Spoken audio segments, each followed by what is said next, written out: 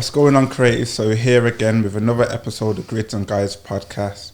I'm your host, designer Philly, with the man, the one and only Vinz.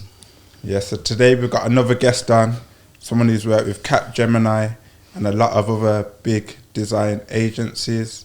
I've worked with him through uni, was where we met, and yeah, he's someone that's got a lot of information and knowledge to share on design. So I'd like to introduce today our guest. What's your name? I thought you were going to give me my name. No, that's why I said I'm introducing you as a guest today. I was so lost. My name is Arjun, and thank you very much for having me, guys. No, thanks for coming down. Obviously, like I said, part of the uni lads. And again, where I've met a lot of my design friends was from uni. Yep. So it's good to have you on and talk about your journey, what you've learned, what you've been through, and how you can guide anybody else coming into the design world. I appreciate it, man. Are we not going to talk about the elephant in the room, though? The fact that this is take two. Let's rewind it a bit. So yeah, basically this is take two, people. So we did shoot this episode before, but there was a file corruption, so we're going again for take two. Again. Yeah, just for reference, it was an SD card that Philly gave me still. I'm not too sure about that. Passing on the blame. My bad. We keep it moving though, same way. You know what I mean? Nah, for real, man. Just one of those ones, you know, we don't give up. We just keep pushing through. We got him back in again. Thanks again for coming a second time. There was a bit of back and forth getting in the room today. But, you know, we're here. We're sitting down. Let's go. We're chatting. Yeah, man. So what I'd like to start off with, how we like to start the pod is, what is your earliest memory of knowing, okay, I'm a creative and this is the journey I want to go down? So I think we briefly touched about this last time. I've always known that I was a creative person. I grew up at a very young age, waking up at 6 a.m. early mornings on a Saturday, Sunday, to get my fill in of the Power Rangers, watching Pokemon and stuff in the morning, and that got me into a lot of drawing. So my earliest memory was just me scribbling and drawing and creating my own characters, my own storytelling in my head, and trying to map all this stuff out.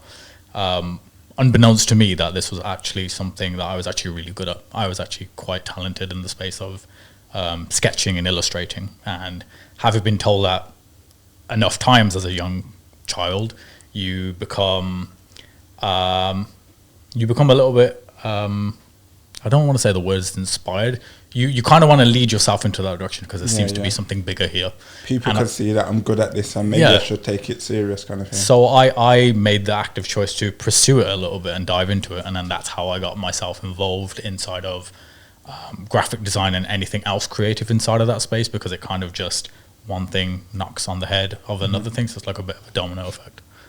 So like, what was your parents like with, obviously you said you got a lot of encouragement and stuff, like how did they encourage you to go down the art route, or were they just like, oh, this is good, but maybe you should look at doing this, or how were they with that process? I fortunately was in a position where my parents didn't have like a really strict regimen for me, and they wanted me to go down a very specific channel, like if we're going to take the piss a little bit, it's like be a doctor or a lawyer or something that's actually going to make money and do something for you in the long run. They were very open-minded. They saw that I had a talent, and they encouraged me by telling me to draw more, or draw a portrait of the family member, or do this and do that. And so the more I enjoyed that, the more I started to dive into that world myself. So I opened up that world for myself from positive reinforcement.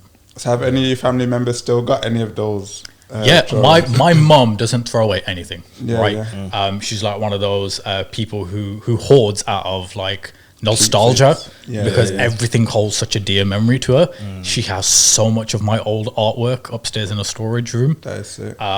Things that I've even forgotten that I had even drawn. So yeah, she has a lot of it. Stuff that I would happily bin and throw away, but for her it's something more meaningful. It's like, obviously you're a son in it, so she's looking down like, I can remember when it's like those memories, like bring back, obviously you're a big man now in it, but for her, when she looked at certain things, gonna take her back to there. Takes her back to those moments. But you know, as creatives, we look at our prior work, and sometimes if it's been long enough, we hate it. We don't want it to see the light of day. Like I turn our back on it, like I don't want to see that. Yeah, no. So I was gonna say, so from obviously you knew you wanted to get into a creative path. What was your educational route? What did you go down? Did you learn graphics at school? Did you do art at school, college, uni? What was your educational journey? Yeah, my educational journey was pretty streamlined for me. I was quite good academically, so I never left any educational facility with like poor grades and stuff. Like I kept my head down, I did my work. A lot of my creative stuff started in high school, so the college high school where I went to. Okay. I did a GCSE in art, came out of that with an A star, and that was me just exploring more of my illustrative side. So I didn't touch anything. No, I was really proud of that. But also it was a big flex for me at the time as well. I can imagine. But yeah, I hadn't touched anything graphic design at that point. So that was my introduction when I went into college. A college that we all went to. Yeah, at the same time, and yet I don't remember you boys. Neither do I. It's like it's crazy. Yeah, nah. Because we were talking about this, was like we must have crossed paths, but we 100% cross paths because we were there at the exact same years. So there's no way. But yeah, it's a small world. Simple as that. But yeah, Sutton Coldfield College, the art and design campus. Which unfortunately, rest in peace. Yep, it's not there no more. Houses. It Drove past there's houses. I was so shocked when I went past that. She was like, "Oh, I swear down, it's gone." I was like, "Just houses now, you know." But yeah, it didn't look real. That's life, innit? But yeah, through that educational institute, I got 2 years to dive into what graphic design was and everything else inside of the creative industry. So I did anything from fashion, textiles, photography, fine art history. We did the whole works. And then in the second year you were able to narrow down the things that you enjoyed the most and really like thrive through it and see if you want to have a future in that area. So for me, I pulled out the two things was graphic design I loved and illustration, and then those are the two things I walked away with at the end of that second year. Then freehand. Do you remember freehand? Yeah, I remember freehand. What's that other software? I can't remember. It's not available anymore. We're talking like Flash, Macromedia Flash. What a waste of time. We had a whole uni module on that as well. Can you remember? We did. Yeah. Stop motion. As soon as we got out of uni, it was just obsolete. People were just like, yeah, we don't use that. Nobody uses that in the industry anymore. Right, thanks. You know what that shows? You have to move with the times. You do. Yeah, because if you base your thing around one program and you don't try to develop and adapt more, then you're gonna get stuck in the past. Yeah, mate. And it's a moving industry, so you have to keep it moving, people. I agree. As a creative, you got to keep an open mind about these things, whether you like going in that direction or not. You can get left behind. 100%. Yeah, I feel like that's what the industry is like now for us. Let's say there's so many things changing. It's like, let's say, everything with AI or the updates with Photoshop, Illustrator, InDesign. Yeah. But I think a lot of the changes that have come now just make things so much easier.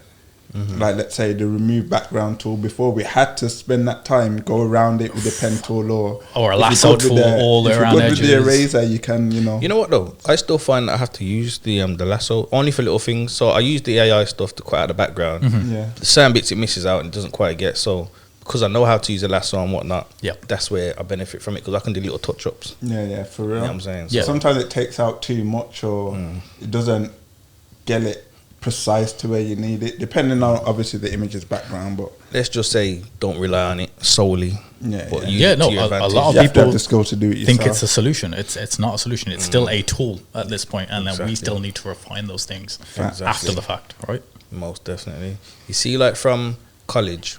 What was you transitioning to like uni? Like what did you do after that? Like what? So interestingly enough, I took a year out directly after college, and I worked at my family's off license for a year. Okay. I think that was, for me, I just needed a little bit of a break, like academically as well, just to kind of reset and figure out what I'm going to do going forward. And at the end of that year, I still decided that graphic design and illustration was something I still wanted to pursue. And then that's when I went into the University of Wolverhampton, where I met you, Philly. And then that's where I pursued the next 4 years of my education inside of that institute. A moment of curiosity there. You say you work for your family's off license? Yes. Have you branded that off license? No. Have you thought about branding off license? No, so this was an older business as well. So back then we had an off license, like it was the start of something that became a little bit bigger. But I was just getting some work experience in, and I needed a bit of a breath of fresh air from education. Okay. I just seen if there was an early inkling of like take an opportunity. I definitely had thoughts of the opportunity, but I didn't feel like I had the voice or the say so in that moment in time to say, let's do something with it. I didn't think it was my place. Right. It was more of an opportunity for me to just get some real life experience as well, like just working. Because I hadn't had much of it at that point. Did you find that helped you with, let's say, when you speak to clients and customers now? Do you feel like that experience that you had working in the shop made it a lot easier to have conversations? 100% customer facing, like every single day, 11 hours day to day. 100%. That got me into a place where I was a little bit more approachable, more of a friendly person to just have a face-to-face conversation with. So absolutely, those are the humble beginnings, shall we say? I think it's necessary all the time just to have those type of, even if it's like work experience or working in retail or whatever outside of design. It all adds up. It just helps with your customer relation skills. Like having to speak to customers is something you're going to have to do as a designer. Absolutely. You're going to have to know how to speak to different people. Different people have different wants and needs. And it's just kind of being able to look and see, maybe I can speak to them this way, or depending on that person, how to communicate with them correctly. Yeah, because everybody needs to be communicated to in a different way. We absorb information in different ways. So as long as you know that approach, you can get to them in a little bit more of an articulate way. Yeah, exactly that. You see with like uni, especially for you guys, what was your course called? Was it VisCom as well, visual communication, or was it something different? I don't think it was VisCom. I think it was... it was visual communication. No, you're right. I thought it was just my one. Our one did change. Like when I first applied to uni, I did apply for, it was like advertising and design or something like that. But then that course must have stopped, and then I had to go on to VisCom. Visual communication. Right, so you moved over then? Because I wanted to do like the advertising side of design. But I think that course must have stopped, and then that's when I had to go on to visual communication. So how was uni for you guys? Like, obviously it's a big shift from college. College was like, when you're at uni, for me personally, I look back at college and think, that was easy. Uni was just like a whole different ball game. Like, how did you find your journey through uni? That's a great question. I feel like we all have different answers. I think for me it was... how can I explain this? It was eye-opening in the sense of there was a bigger world out there with the design industry and what marketing was turning to at the time as well. And at the same time, only on reflection after the fact of coming out of it, I don't think I took as much away from the course as I should have. A lot of it was due to trying to figure out what your place in the design industry was going to be after the fact as well. A lot of the stuff skill-wise we already knew. The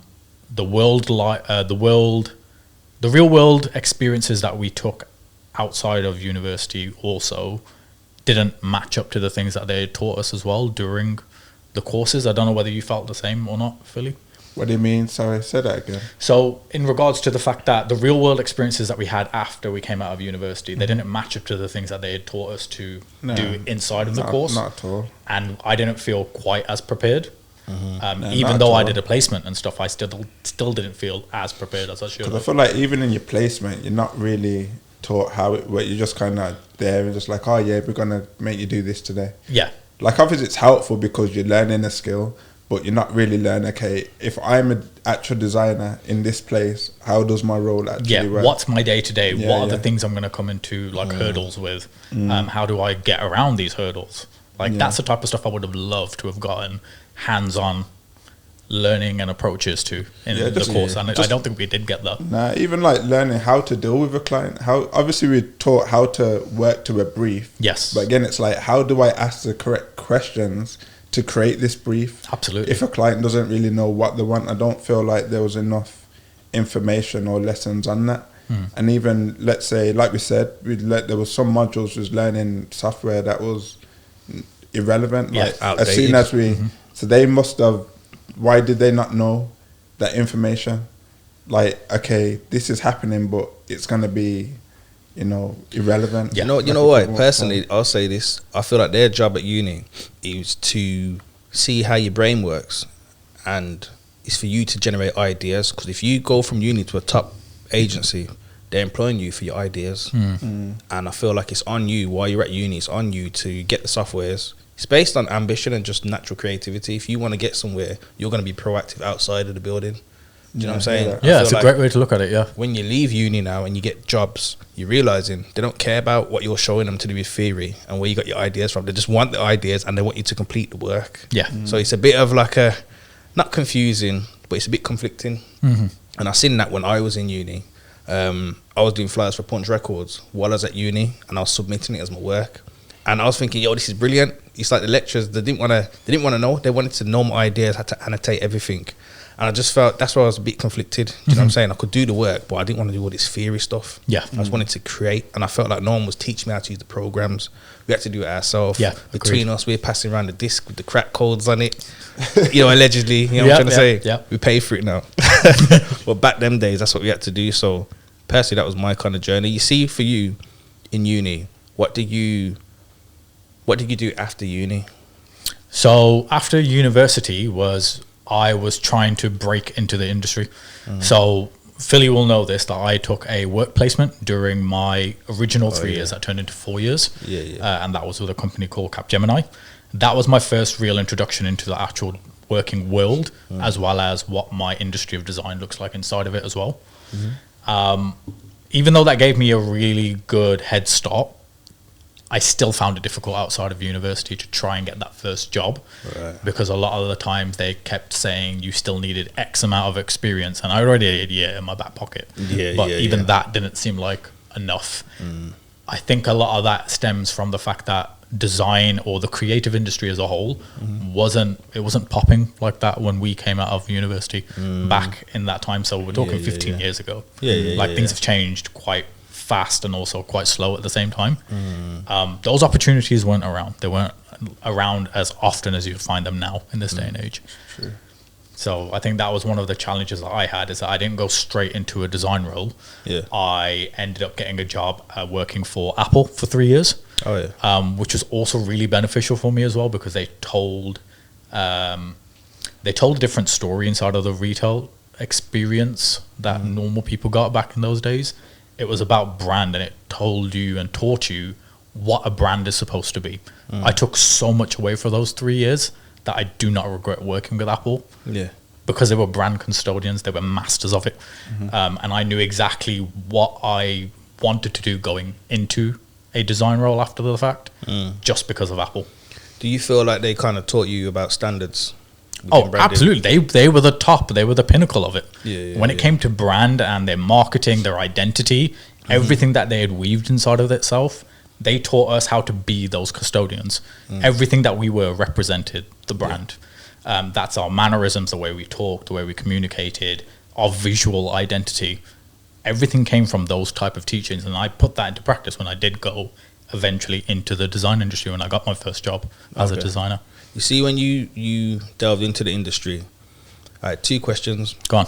And it's to do with like dealing with certain clients. So do you feel like, all right then, give us an example of a company you've worked for or a project you worked on where you've had like a challenging experience, and this is just for the young designers out there, just to relay some of that information to them. So is there anyone you've worked for or a project you've worked on where it was challenging, you've probably had a bad experience? How have you dealt with that and turned it around? No, great question. A loaded question as well. I ran my own business for almost 3 years. At my design agency, I had a very exclusive client who held multiple companies inside of one entity. I believe there's about 8 or 9 businesses inside of that.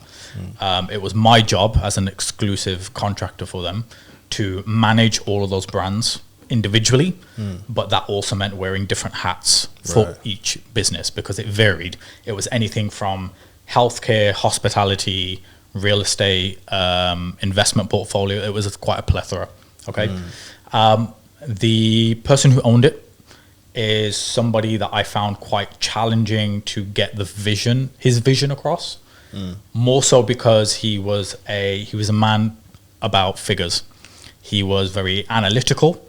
As a boss, he was all about driving numbers and metrics and stuff like that. So we found it difficult to get on the same page when I was trying to bring his vision out, but he was looking at ROI constantly. So being able to articulate with that individual in some of the sacrifices, I don't even want to say sacrifices, it's not the right word. Some of the compromises we had to make for the design to go further than ROI in order to meet this expectation or this business goal was quite a difficult conversation for me to have with him. Do you feel like he was more about time and money? Yes. You was more about, and he was also about just results. Yes. Right. 100%. So it's hard to discuss that with someone with. It is hard to discuss that. Yeah. When somebody's saying time is money, and I appreciate that. So I understood a lot about the businesses as well, which is why the best way for me to mitigate those conversations was to give him real life examples and proof of this is what X, Y, and Z is going to do in the long run. In terms of this is the amount of profit we're going to make, this is where we're going to break even, this is the timeline and schedule we're looking at, and that would help move and evolve our conversations past the initial, this is costing me money, I don't think this is worth the investment, etc. So I had to learn how the businesses operated in order to articulate correctly to him, this is how it's going to work, and this is why it's going to work.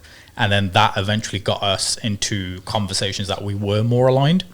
It was never 100%, but I'm grateful that I was able to learn how to speak his language. And I think that was the biggest takeaway that I had during that time. So you're pretty because you had to wear many different hats, you're pretty multifaceted. When you're taking on such a big organization like that with different companies in it, was you doing this by yourself or did you have to create a team? So this was actually, it was a one-man show. So as the creative director of all of these businesses, I wasn't just managing each of the brands. I was creating the work for each of the brands, thinking about how to have it be engaged with more, how to publicize it, how to get it out there so people know about them all as well. And when things got more challenging, I would have budgets and the opportunity to externally hire. So I would hire design agencies to assist me, or freelancers or contractors to be able to help me manage my workload. So a lot of it was delegation at certain times or busier periods of time. And I think that's how I managed to work it within those 3 years as well. And it did get to a quite organic place where things were running quite smoothly. Everything was happening as it should have, as it was planned or predicted. Forecasting was great as well. But as you both will know, inside of the design industry, there are always unforeseen circumstances and things you have to account for in terms of costs and stuff like that, that will make you take a step back sometimes. And then those are the more complicated scenarios, but it happens with every business. You need to prepare for the unexpected. Did you ever feel like quitting when you're going through, obviously having to wear all these different hats, kind of figure out a way how to communicate with your boss? And I don't think it's a bad thing to say that I genuinely thought about removing myself from it constantly. But it was another reason for me to stay put, because I wasn't willing to take failure. I wasn't willing to take that on the head and be like, okay, let's just move on to the next thing. Those unsuccesses, those failures in my head were major growth points inside of my career. Had I not pushed past some of those boundaries and some of the barriers I had to face, I would not be the designer I am today, nor the businessman, nor the marketer, whatever. I got a chance to be everybody in a marketing team or a design team. It's like you went on a crash course in it. And I don't regret it. In the deep end. It's needed sometimes, man. I feel like when you are thrown in the deep end, it's like you've got to learn a lot of things in a short period of time, but that's when you build a lot more resilience. That's where you build skills to move faster, how to analyze and move a lot quicker. It's like, it's not the best scenario all the time, but when you are thrown in the deep end at times, you got to learn how to swim, man. Absolutely. Character building, man. Yeah, no, I think in any room now, I will foresee things before anybody else, purely because I've been there and I've done that. Whether that makes me somebody who's like a bit of a general practitioner or not, I can just identify some of these risks very early on, and I think that will graciously help any business trying to achieve something great. Yeah. What about you? So, have you ever had a period like through your design career when you thought, you know, forget it, I've had enough of this? I've had clients I've worked with and I'm just like, I'm never working with this client again. Or I'm thinking like, yo, can't wait for this project to be over. Or I'm going to make one more change and I'm going to say to this geezer, but, you know, he's turned around and I've realized, you know what, because I know that there's more for me in this and there's things I still haven't done. I can't stop now. If I stop now, I'm not going to be able to achieve these things. Agreed. So it's just ambition, really. Do you know what I'm trying to say? And it's not personal. Sometimes we have to take a step back and realize, you know what, it's just business. I think, you see that keyword personal? I was taking some of these things personal. We're Even human. how clients talk to me. And I was thinking, you know what? Let me remove the personal part. Let me get down to business. And when I've got down to business, it's mad because it's like, it's just a turnaround. Their whole everything towards me was like, oh yeah. And I'm thinking, okay, you know, you said you understood your client's language. Yes. It's now me understanding my client's language, and I'm like, right, cool. Because if you put you have to separate the emotions from the logic, and I have to do it. And me being stubborn as well, I had to do that. Otherwise, I wouldn't have got nowhere. Do you know what I mean? And the more I get older, and the more I experience things within, I was going to say, it takes time and experience to get into that mindset. You start to learn more about yourself as well. Absolutely. You get me? So that's it. I feel like it's definitely is helpful, like, you know, like you said, taking that step back. Because sometimes it's that frustration of, because you've been going back and forth for so long, it's like you've built up that annoyance where it's like, well, if you had certain things in place, a lot of that back and forth would have been cut, because you would have said, okay, to the client, we've got 2 changes. After these 2 changes, it's going to cost. Yep. It's going to cost you more. When clients know that they're not looking to go back and forth, they're going to take their time to look at what they want, what they need, and the whole process is a lot smoother. Because that's what I used to get annoyed with that all the time. Like, why am I going back and forth, spending all this time? It's like, it just builds up and you get frustrated. And it's like, I just want this job to finish now. Yeah. As a designer, you got to protect yourself, and this is how you do it. You have to be able to put some of these restraints in 100%. order to just consolidate the whole process. Because otherwise you will be wasting time. Because once you have your statement of work there, it's like everything's just smooth now. Yep. Like, you know that I don't want to go back and forth. I want to get the job done. Like, I don't mind doing stuff over if we've got to do small little changes, but if it's a big change and you've changed your whole idea, then that's gonna change the cost of this project. You know what that's like? That's like if you look at like leading retail shops, you either have 14 days or 30 days to take something back. Imagine if they didn't give you a period of time and the trainers are just there in the box in your room, you know, smelling, got clothes on them. It's too laid back, and the store would be thinking there's no communication. It just creates like a bit of a toxic kind of environment. The fact that they've got like a sort of structure and guideline to what they do, it makes you kind of respect them and you follow the process. 100%. You get me? I've just thought about that now, to be honest. I think it comes back down to transparency, isn't it? It's not withholding anything in particular. It's giving you a bit of padding, a little bit of breathing space to figure out what you actually want to do with this, if it's a yes or a no. That's it. Yeah, for real. Mad. So you know, say, want to move on to questions? Yeah, you know what I'm going to do? So, as you lot know, when I draw for the white card, something I've seen, or there's something out there in the design world that I want to discuss. So, I was scrolling on Instagram. I came across an article around a director called James Cameron.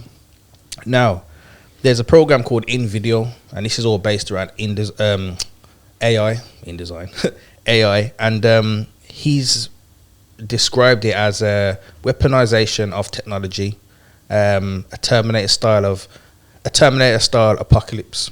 Now, there are scenes that you can make in AI that look like Hollywood visual effects. Now, AI can do this within seconds and minutes.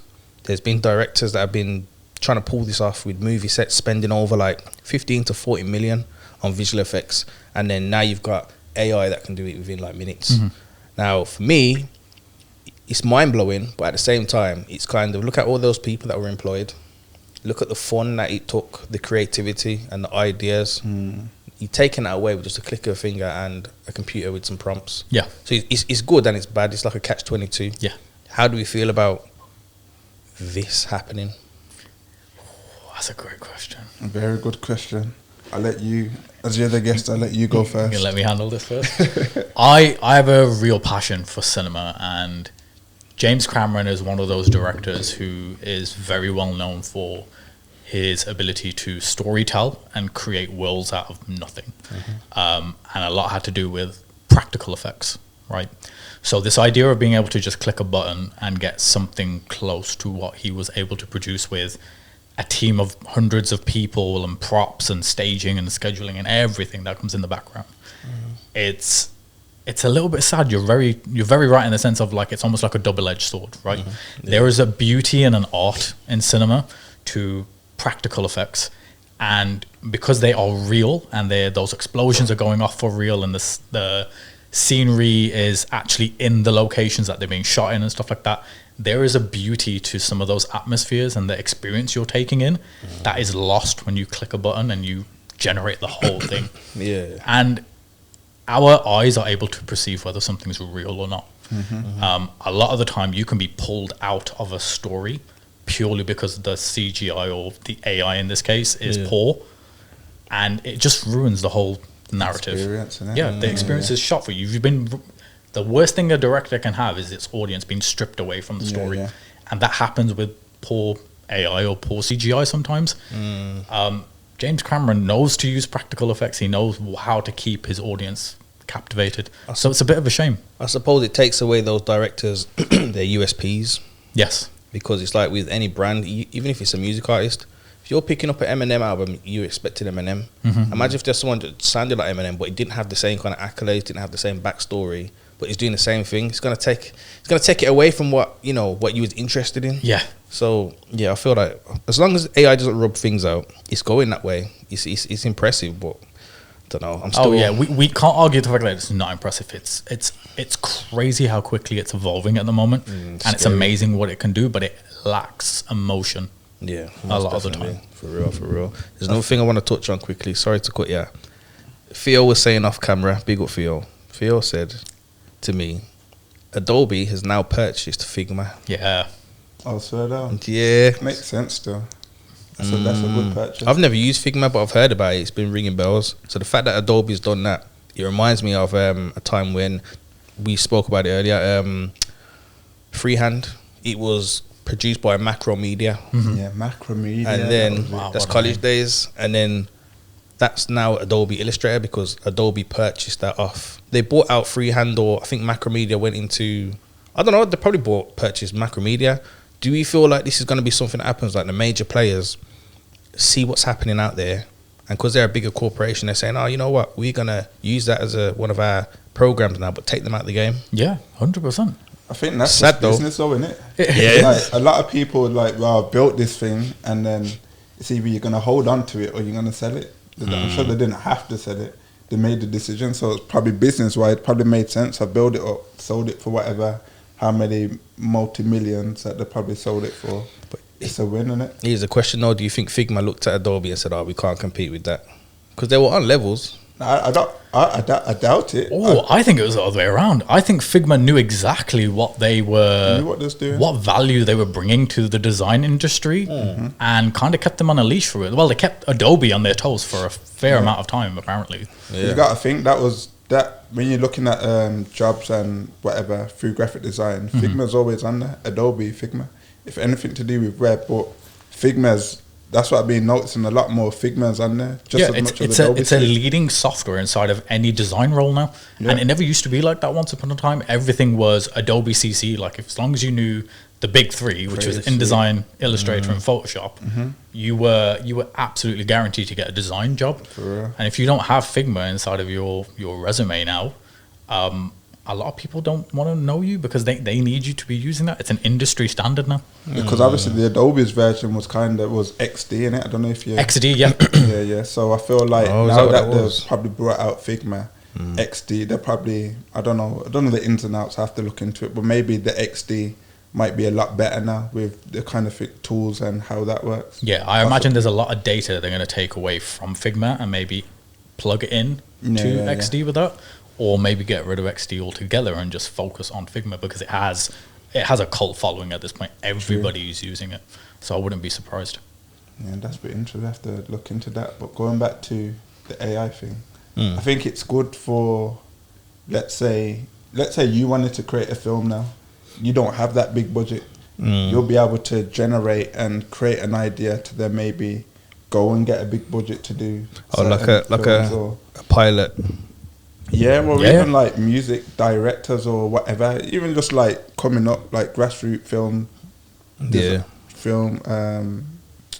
What is name's gone out my head. I know what you're on about though. Because it's just like, so people coming up, they can create scenes and a feeling and emotion from using the AI. But again, it's just stripping away from people being there, actually doing the work and creating the props and creating the scenery. So it's never going to be the same. No, it's not. It needs to be looked at a great way to just conceptualize, right? Let's say if you are, let's use your example. You have a great script and you want to sell this to maybe like a bigger industry or a studio, right? You can now conceptualize as a one-man band, essentially, and be able to present and market that idea in the most glamorous way. Exactly. Then reap the rewards of obviously being accepted into the studio, getting a budget, and then do it for real. It shouldn't be the solution and I can produce the whole thing so on this my is own. just cheap now, let me just do this. Exactly. It's not the same, because even let's say with green screen, obviously green screen was a big thing when that came out. Yeah, massive. Like, yes, it was cool, like what's created, like it takes you to a whole new world, but again, you can look at it and say, it's not really real, even though it's getting a lot better now. But at the same time, sometimes they use the green screen, but they've actually recorded the actual space, but they've put it on the green and then they wipe everything that was even shot and then overlap it, and you're like, why? What was the choice for this? You have it. You shot it already. Some of it doesn't make any sense. But yeah, it's an interesting type. I think it's going to be interesting just to see where film goes these days. I don't feel there's as many films coming out as there used to be. No, there isn't. It costs money to do all the practical stuff. There's a lot of teasers though with this AI stuff, because just speaking about this, you know how many Home Alone trailers I've seen that aren't real? Just from AI. Seriously? They've made the characters grow up and stuff. I've seen loads of these trailers, but it's exciting because you think you're going to get another Home Alone when you went. So you're being deceived into, the nostalgia, and then it's not even real. Yeah, I know that's AI. It's mad how it gives you that feeling. It's like, it's not good. It's like when people develop habits based off dopamine and they get a short shot of it and they just keep wanting more. When you're scrolling, I can't remember what it's called. Doom scrolling. And you're seeing all these things. It's getting your hopes up, but it's not real. Do you know what I'm saying? Yeah, I think we were talking about it earlier. Can we really trust anything that we're digesting on the internet these days? I don't really think I can make heads or tails of it anymore. You have to second guess it, innit? Especially like certain things, you're like, would that really happen? It's like you never know. Then you're looking in the comments, is this AI? And then you Google it, and then you don't know whether to believe that or not yet, because people can edit these things. I think certain things your brain shouldn't see.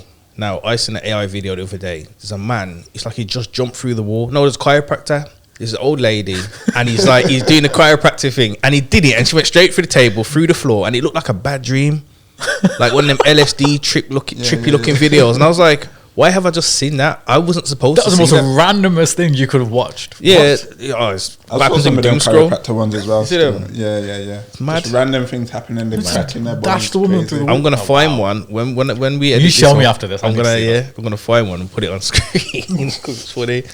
Yeah, man. You have to go into a couple of questions still. Wow. Oh, yeah. We haven't got a sponsor today, but if you do want to sponsor your product and you want to, whether it's like you got clothing or you got products, there's space on the table. I'm a size large. Philly's a size large for hoodies. There's going to be an email that's on the bottom of the screen now. Just get in contact with us and we can have a conversation. Yeah, man. So, let's go into question time. So, question 1. What design tool can you not live without? Adobe Illustrator. As somebody who's drawn and illustrated for a very long time, I can't not help but go into Illustrator and do something in order to create the final outcome. I can't live without that. What about you?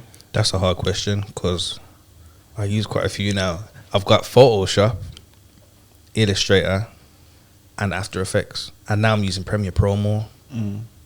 Ooh. I couldn't pick, I couldn't pick. You could be able to pick one. You had to choose one to live with the rest of your life. You're on an island. One of the desert island one, yeah. Well, Photoshop can't do high resolution vector files, so I'd have to put Photoshop to one side. All right, process of elimination. So Yeah, go on. we've got After Effects, Illustrator, and Premiere Pro. Premiere Pro's video. I'm not always going to be doing video. Unless you got a camera with you on the desert island. I've got a camera with me on this island. Yeah. You just made it harder now. You'd have your camera on your lappy, innit? Nah, that's not good enough. So let's take video out of it. So Illustrator and After Effects can't do nothing. Actually, nah. Oh no, you look like you're cooking now. What's your brain saying? Because I've done a design before using Illustrator and putting it in After Effects and made it move. It's part of Adobe. Listen, the Creative Cloud. Can I not say that? Can that not be an answer? Just CC. Just say the question is design tool. I guess if you want to look at this old Is Adobe CC as a tool? I think we should do that because it's stressing me out. Yeah. What would you have picked? I think for me it'd be Photoshop, you know, because I feel like Photoshop's where I create a lot of my artwork, and that's where you can be a lot more free in Photoshop. It's much more expressive, yeah. Yeah. So I think for me it'd probably be Photoshop.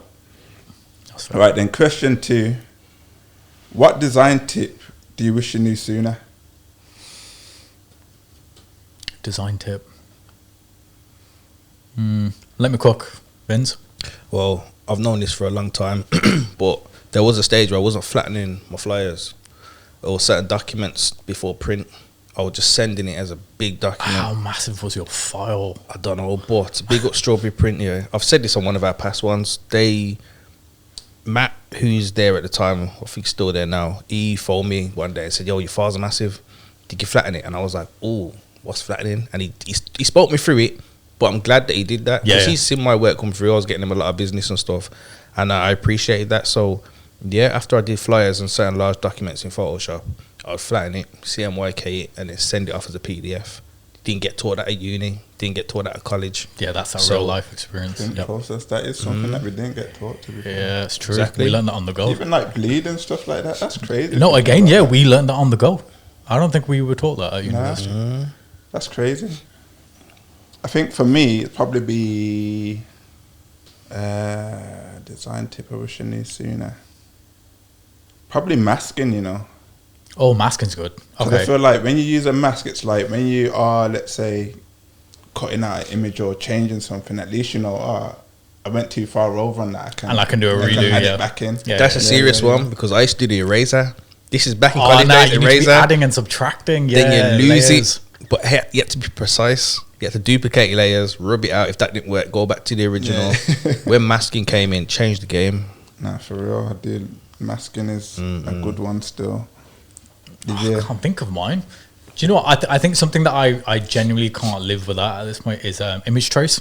Image trace. Oh, yeah. That utilizing that as a tool has made things so much quicker just to be able to meet deadlines and stuff like that. I mean, there is a bit of a beauty of like pathing your own shapes and stuff like that, but there are time limits with some of these things. Quick turnaround, and that button just makes magic. Yeah. As long as you know how to use image trace properly, it's beautiful. Yeah. Facts. I do like the new addition that they've added to it, so you can tweak it a lot more. So oh yeah, the refinements, all the additional bars, just to make sure it's a little bit more meticulous. For that still, like massive upgrade. Massive. It's like you know, before you get all the jaggedy lines or whatever. Now you can tweak it. It's like it's smooth now. Yep. You can get it to exactly how you need it every time, at least close. All right, then question 3. What design rule makes the biggest difference? So what design rule makes the biggest difference?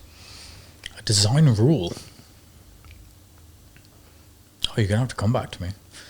Actually, could you elaborate? Give me an example. So let's say guidelines, a design rule. If you have guidelines and let's say you're creating a flyer, you know where the bleed is, you know how far to put text, how to align everything to the grid lines. Yeah. Like what design rule do you think makes the biggest difference when you design? I think I've spoken to you a lot about this before. Golden ratio.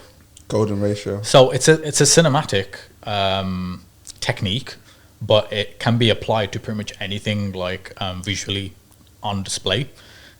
So it's the idea of being able to create a focal point inside of all of your artwork. I use that religiously because wherever my focal point needs to be, that's where my audience's eye needs to be drawn to. So that's the thing I live by, and like I'll never not do that. Yeah, I do like the golden ratio still. Is that similar to like the 60-30-10 rule? Have you heard of that one? Yeah, is that the three sections? Yeah, like colour. Oh yeah, like colour palette. Yeah, it's very similar to that. Yeah, but think of it more from like a cinematography standpoint. Yeah. I hear it still. See that 60-30-10? You can use that within like fashion, clothing. You can use it anywhere. Yeah, it works. It's very. What's the word I'm thinking of? Universal. Use it anywhere. Yeah. For real. Do you want to draw for the topic card? Am I drawing? Right. Lovely. Let's see what we got.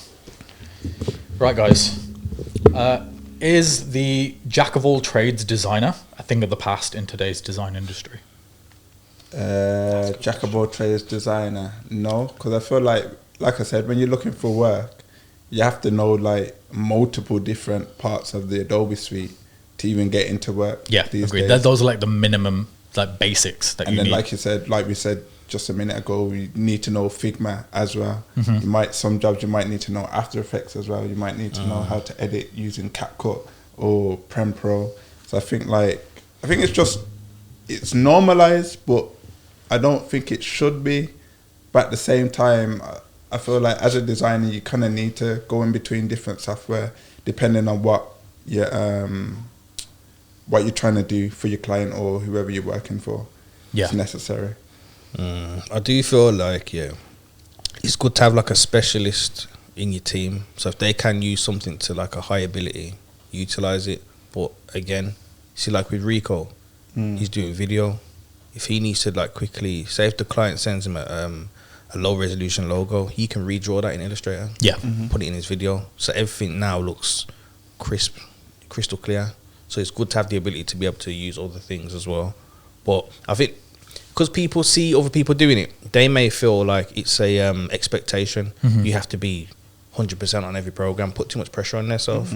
I think if you just use it for what you need to and try to just develop, then I wouldn't call it a jack of all trades, but you just utilize things to benefit yourself.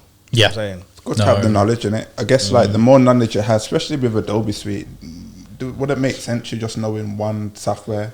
Unless like you're in a position where that's all you can, like let's say financially you can only afford to have that, then be the best at it. Yeah. But then, still look at videos of how to use other softwares. And if you do get the opportunity, go places to learn other softwares as well. I feel like recently there's been like a real big negative spin on this word of like jack of all trades. I personally don't think there's anything wrong with having such a versatile skill set. Because to your point as well, you can be able to do a lot of things in a shorter amount of time rather than relying or delegating it to somebody else because you know it and you're in the field. But what I have also noticed in the market at the moment is that there are more and more roles out there that are becoming a little bit more specialized, whether that be like a branding specialist or somebody that looks at motion, somebody who's into experimental filming and stuff like that. And that seems to be a more regular thing that I've seen this year, and it might be leading away from the jack of all trades designer. Again, there's still nothing wrong with having all of these skill sets, but there might be a little bit of a shift happening. That's personally what I'm thinking at this point in time. But no, having the ability to be able to do anything and everything, I don't think that's a bad thing. I hear it still. See, before we do like wrap up, should we draw for that question that we always draw for? Quick fire round. Yeah, it could be the fire round. There's another one as well. But so what is before we obviously, what is the one tip you'd give a designer coming up? What's a guideline that you'd give a designer coming into the creative industry? It's something I brought up earlier. Compromise. What you're going to find as a young designer in this industry is that you are going to need to separate the personal from the professional, right? And compromises will need to be made. And that's for the betterment of the business and the goals that are being aspirationally put forward to you. If you are not willing to compromise, you're going to be in a lot of turmoil. So take a step back, take yourself out of the personal, and think about the greater outcome. Yeah, so you hear that, people. Compromise is a big thing. It's very helpful as well.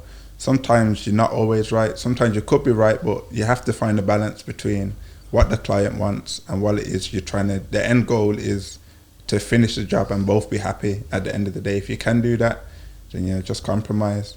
Before we wrap up, we'll do the quick fire round. Go on. So, Photoshop or Illustrator?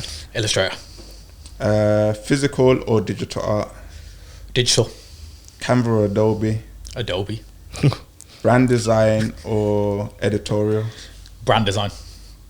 Print or digital? I love both. I do both so well. I gotta stay in the middle. I gotta stay neutral. Neutral art. Can't pick. Music or drawing? Oh, music.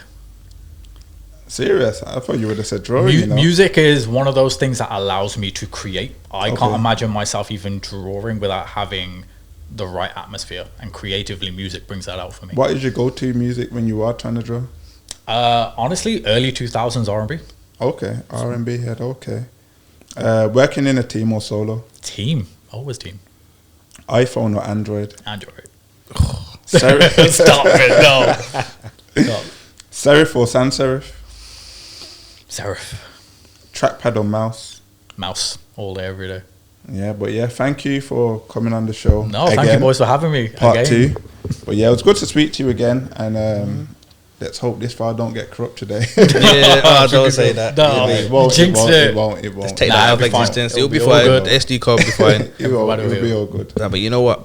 Yeah, thanks for coming on again. We really appreciate the fact that you've helped us turn this around to get a successful episode out. So thank you know, big up yourself. Where can people find you online at all, or? Yeah, LinkedIn. My tag is under Arjun Rull, and Instagram. Oh, actually, I think it's the other way around. LinkedIn is A Rull, and you can find my Instagram at Arjun Rull. Brilliant. But All right, yes, then. people, make sure you're liking and subscribing and commenting, because that's what helps. But yeah, back to you. Yeah, man. If you do want to advertise your product, get in contact with us. The email is at the bottom of the screen now. You can promote your business or any of your brands, anything you do have. Just get in contact. We can have a conversation. Thank you for returning as well for this episode. And make sure you follow up all our socials. And yeah, man, that's about it from myself and Designer Philly. We're out.